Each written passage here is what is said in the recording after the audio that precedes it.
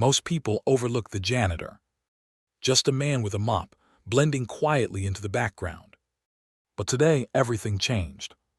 A billionaire's little girl sprinted past her bodyguards, straight into his arms, shaking, crying, terrified. Her voice trembled, barely even a whisper. But the words hit him like a punch to the chest. They beat my mom. In that moment, the quiet man everyone ignored rose to his feet, someone entirely different. No one around them had any idea who the janitor really was, or what he became when a child was in danger. But they were about to find out. Before we continue, thank you so much for watching our stories. Your support, your comments, your time truly means the world to us. If you'd love to see more powerful stories like this, make sure to subscribe, like the video, and stay connected with our community. And just a quick reminder before we jump back in. Our main character, as always, is Jasonstatham, but in this story, we'll be using the alias Daniel Hale. Now let's get back to it. Most people ignored him. They walked past him in the hallways without looking twice. Some even dropped trash on the floor right in front of him and kept walking, as if the broom in his hands made him invisible.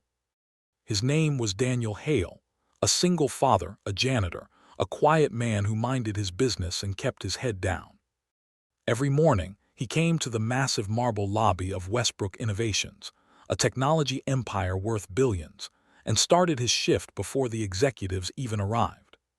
To them, he was background noise, a uniform, a paycheck that wasn't theirs.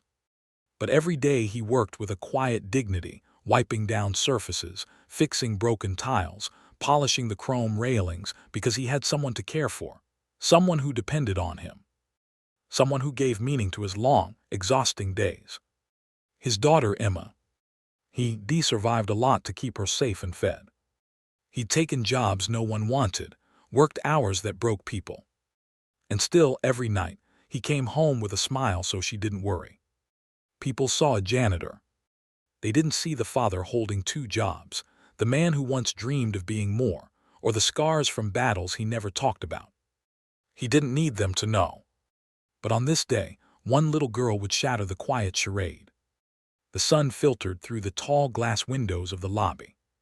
Daniel was kneeling beside a bucket, scrubbing pencil marks off the wall left by the CEO's rowdy nephew. He glanced at his watch, 9:28 a.m. Right on time, the building's security team strode in, tall, stern men in suits and earpieces. Behind them walked Leela Westbrook, the only daughter of billionaire CEO Richard Westbrook. She was usually composed, escorted by a team of guards, her tiny steps quiet and polite as she held her tablet and practiced spelling words on the way to her private lessons. But today, Daniel's eyes lifted. Something was wrong. Her steps were uneven. Her shoulders trembled. And her face, her normally bright, curious face, was red and wet with tears. She was crying. Not whining. Not upset. Crying like her world had shattered. The guards didn't notice at first. They were too busy talking among themselves, laughing at some joke about an investor meeting. But Daniel noticed. Because he wasn't looking through her, he actually looked at her. He stood slowly, worry pulling at his chest. Before he could take a step, everything happened at once. Leela's eyes scanned the hallway, unfocused and desperate, until they landed on him. On the janitor. Her breath hitched. Her feet stumbled forward. And then the billionaire's daughter, guarded by the best security money could buy, broke away from her team and ran directly toward Daniel. Hey kid, where are you going? One guard called out. But she didn't stop. Didn't slow down. Didn't even look back. Leela crashed into Daniel's chest, gripping his uniform with trembling hands, sobbing so hard her whole body shook. Daniel froze. He hadn't touched another person's child in years, not since his wife passed, not since he became too afraid the world might take Emma away like it took everything else. But now, this child held onto him like he was the only safe place left on earth. Hey, easy, he whispered, kneeling slowly so they were eye level. You're okay, you're safe. Her voice cracked through the sobs, so small he almost didn't hear it. They beat my mom. And just like that, the world shifted. Everything around them blurred. The conversations, the footsteps, even the guards rushing over. All Daniel heard were those 5 words. 5 words that punched him harder than any blow he'd taken in his past life. "Leela, sweetheart, what are you doing?" One guard barked, reaching for her arm. Daniel moved subtly, placing a hand between them, not aggressively, just enough to shield her. Her tiny fingers clung tighter to his sleeve. The guards looked offended. "Sir," the head guard snapped, "let go of the girl, she's upset, we'll handle it." Daniel didn't move. Not because he was stubborn. Not because he wanted trouble. Because Leela flinched at the guard's voice. He saw it, a reflexive fear that didn't belong on any child, let alone one raised in privilege and protection. Daniel's jaw tightened. "Leela," he said softly, ignoring the guards, "can you look at me? What happened to your mom?" She wiped her face, breath shaking. "They hurt her, Mr. Dan. She's on the floor. She wouldn't wake up." His throat closed. He felt something old awaken inside him, a part of himself he thought he buried long ago, in a life before janitors, uniforms, and mops. A part trained to respond when innocents were in danger. He gently squeezed her hand. "Where is she?" Leela pointed behind her toward the executive wing, a place only top officials were allowed to enter. The guards shifted uncomfortably. "You can't believe a kid like this," the head guard scoffed. "She's probably exaggerating. Maybe the nanny fell or—" Leela jerked, crying harder. "No, they hit her. I saw it. They were shouting and—" Daniel didn't hesitate. He stood up, placing Leela behind him safely. "Which room?" he asked again. She pointed again, sobbing harder. Before he could move, the guards blocked him. "Sir, you are not allowed in that area," the head guard snapped. "Step back." Daniel's eyes locked with his. Calm, cold, deadly still. A stare that made the guard swallow. "I'm going to check on her mother," Daniel said softly. "You can escort me or get out of my way." "You're a janitor," the guard hissed. Daniel didn't blink. "And she's a child saying her mother is in danger. Move." For a moment, nobody breathed. The guards weren't used to defiance, especially not from staff. But there was something in Daniel's voice, something controlled and dangerous, that made even the head guard hesitate. Then, "Mr. Hale." A soft voice spoke from the staircase. Daniel turned. It was Mrs. Carter, the elderly receptionist, one of the few people who treated Daniel with respect. Her hand was over her mouth, eyes filled with worry. I think the girl is telling the truth," she whispered. "I heard shouting from the executive lounge 10 minutes ago. A woman crying, a man yelling. I didn't know what to do." The guards stiffened. Suddenly they weren't so confident. Daniel gave a single nod, then walked. Not fast. Not dramatic. Just steady, purposeful steps down the hallway. Leela held onto his pant leg, following him like a shadow. And the guards followed him. Because for the first time, someone else was leading. When they reached the frosted glass door, Daniel paused. He lowered himself to Leela again. "Stay behind me, no matter what, okay?" She nodded, wiping her tears again. Daniel turned the handle. The door wasn't locked. That alone sent a chill down his spine.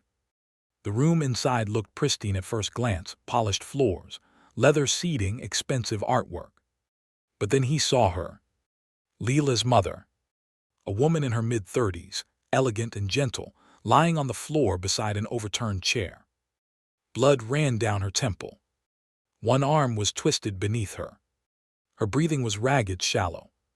Daniel knelt beside her instantly. He checked her pulse, faint but there. Someone had hit her, hard.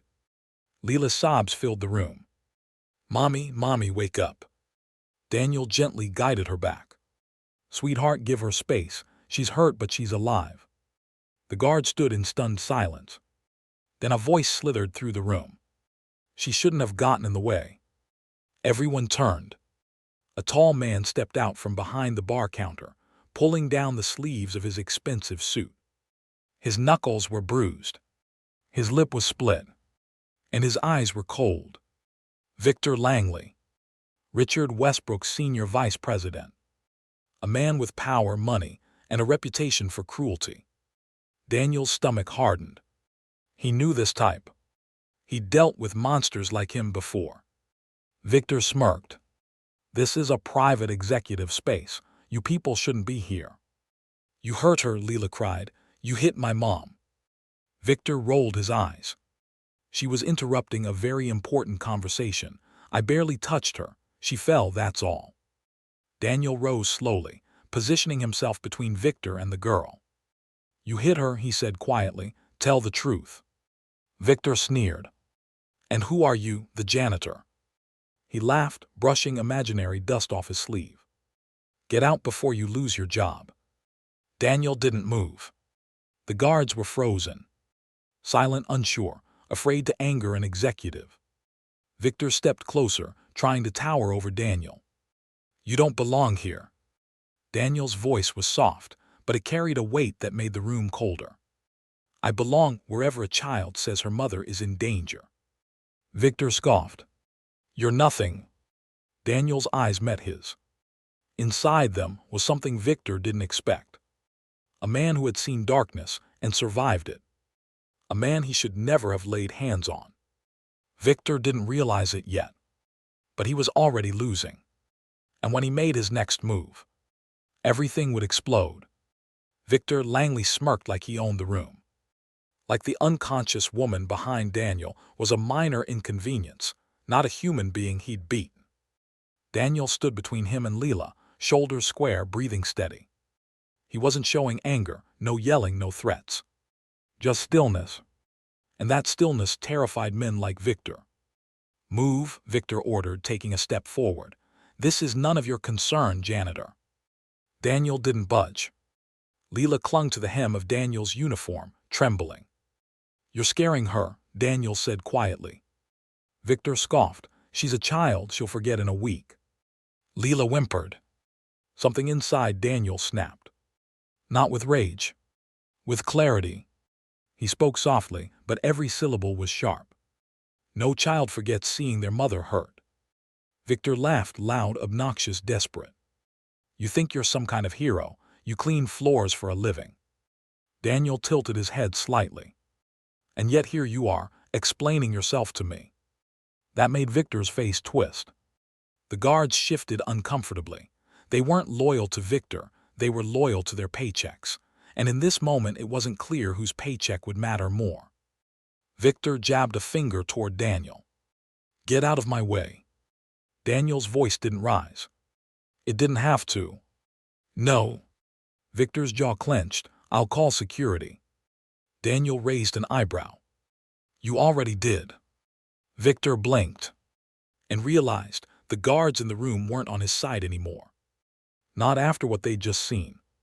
Not after the little girl's sobs filled the walls. For the first time, something flickered behind Victor's eyes. Not remorse. Fear. You think you can stand there and judge me, Victor snapped. Do you have any idea who I am? Daniel stared at him calmly. Yes. And who are you? Victor growled. Daniel didn't answer.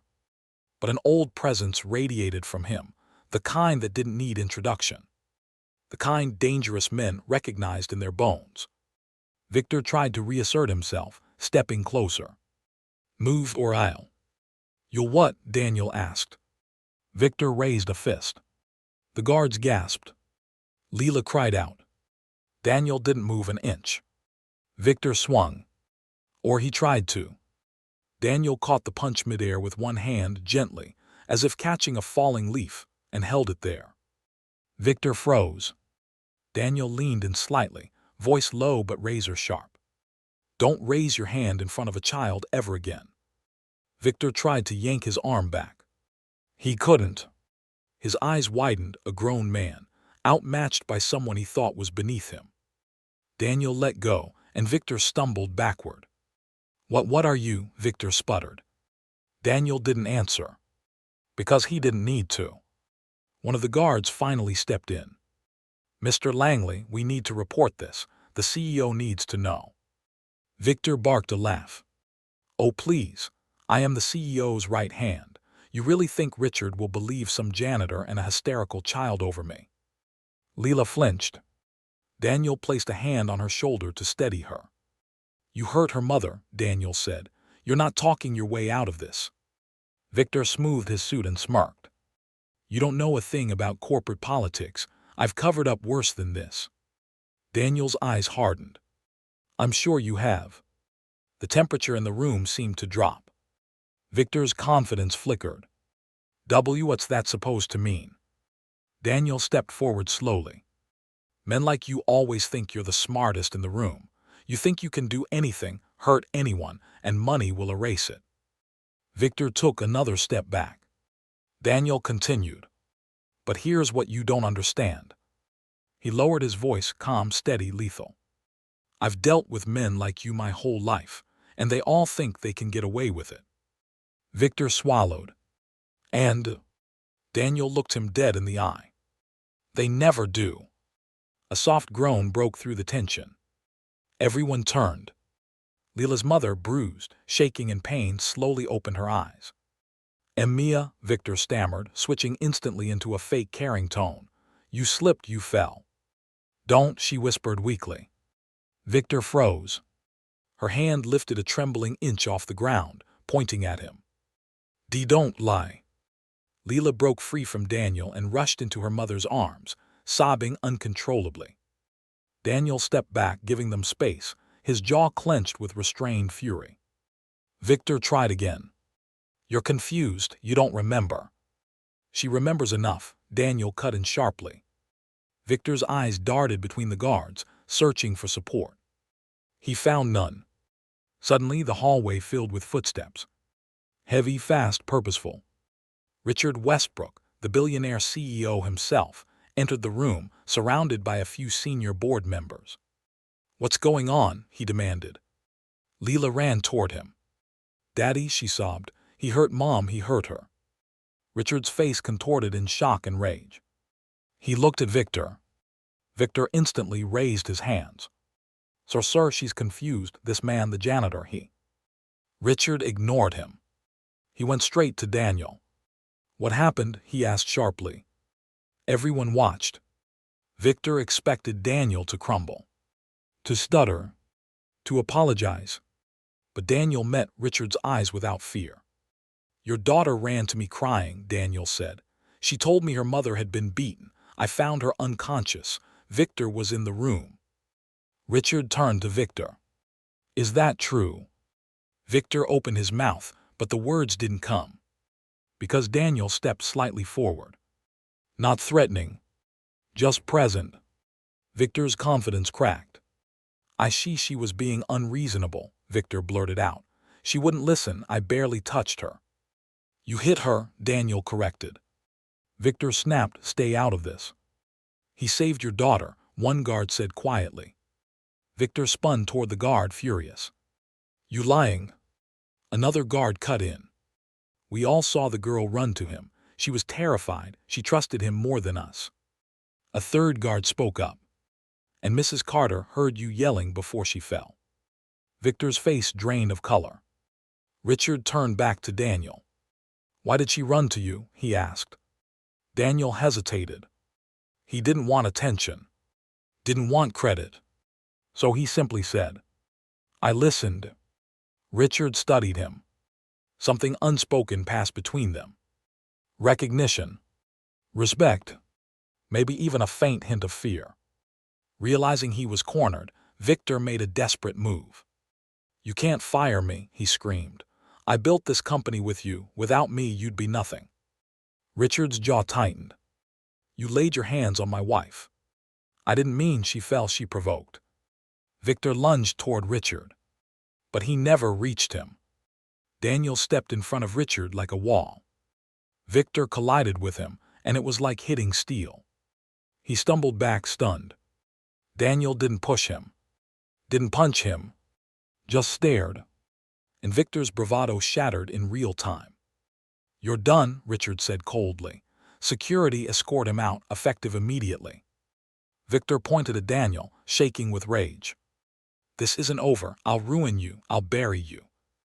Daniel didn't even blink. "You've already buried yourself," he said softly.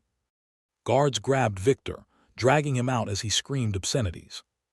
The moment the door slammed shut, silence, except for Leela crying softly into her mother's shoulder.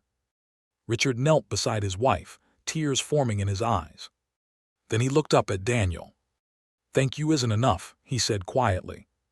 "It's not necessary," Daniel replied. Richard shook his head. "No, it is." He stood up slowly. "Because I know who you are." Daniel's expression tightened.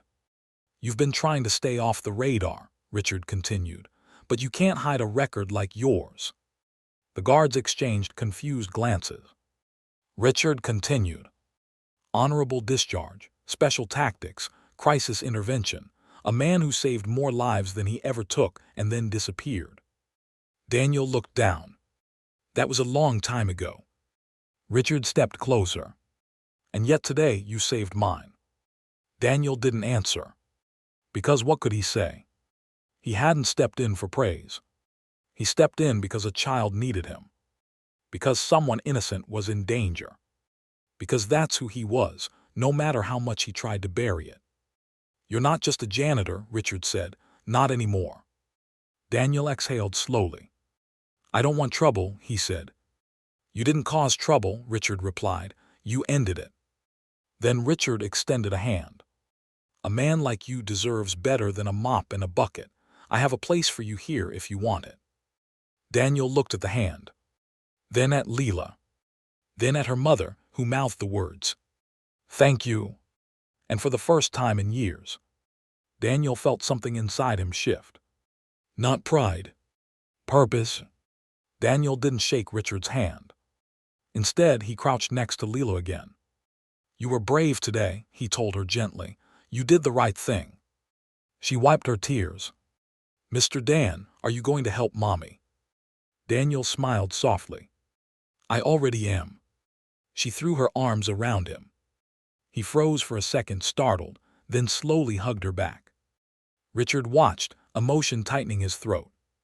Daniel stood, finally turning to Richard.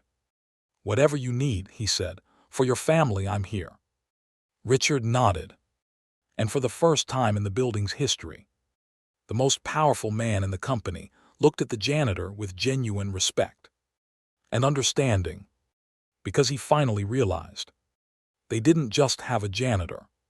They had a protector, a guardian, a man who would never, ever let a child cry alone.